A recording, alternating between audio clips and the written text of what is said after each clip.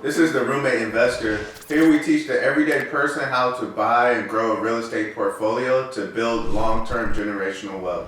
This sounds like something you will be interested in. You can go ahead and go to our website, www.theroommateinvestor.com. You can also just follow, like, and subscribe, and let us know what you think about the videos. Today we're going to be discussing the home equity line of credit, or some people call it a HELOC. A home equity line of credit is another method that you can use to take the equity out of your property.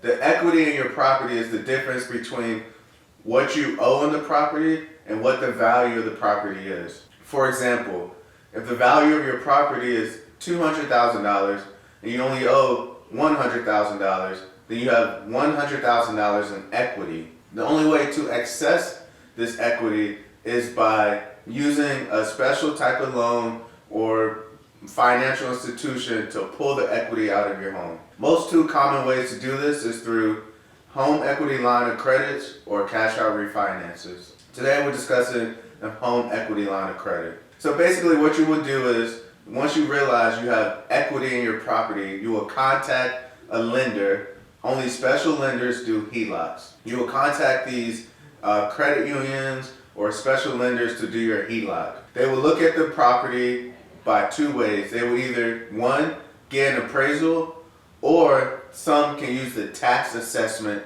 of the property. Now, you can be creative with this. If you know the property may not appraise for that high, but you know the tax assessment is high, you can just use the tax assessment. This is going to be lender dependent. Once the value of your property is determined, HELOC companies will give you up to 100% of the equity in your home. If you take the example we just used with $100,000 in equity, theoretically you can access that whole $100,000 through a line of credit or the HELOC. Now this is dependent upon your income, your expenses, your mortgage, whatever amount of money they give you. They just want to make sure that you're able to cover the payment of the HELOC and you're able to cover the payment of the mortgage. The HELOC will have a second position lien on your property.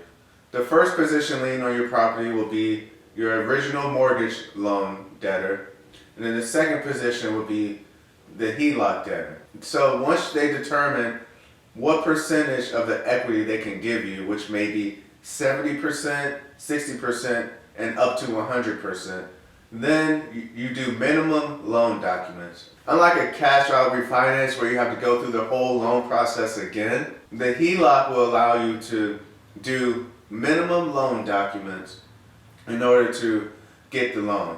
They also are able to cut off your closing costs, most companies, if you keep the line of credit open for at least 2 years. The interest rate on HELOCs are usually variable for a set period of time. The way that they give you the money on the HELOC is usually through a credit card, and it will show as a line of credit on your credit report.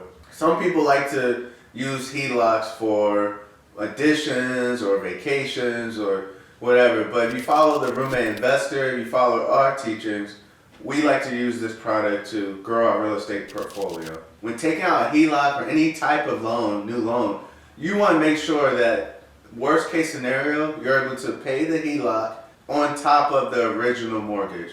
You don't want to be in a position where you're relying on something to cover the cost of the HELOC and then that doesn't come through and now you're stuck paying the HELOC and your mortgage payment, but you can't afford both. So make sure you only take out what you use. Also, the interest that you're charged is only what you take out.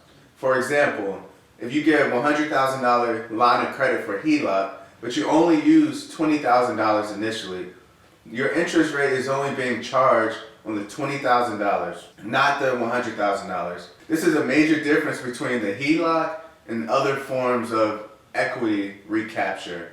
Whereas the HELOC, you only pay interest on what you use. Other loans, you have to pay interest on the total amount of the loan from the beginning. If you want to learn about the cash out refinance process as well, I made another video right here where you can go ahead and click, and that's where we're discussing the cash out refinance. This sounds like something you will want to learn more about. Follow, like, and subscribe at The Roommate Investor.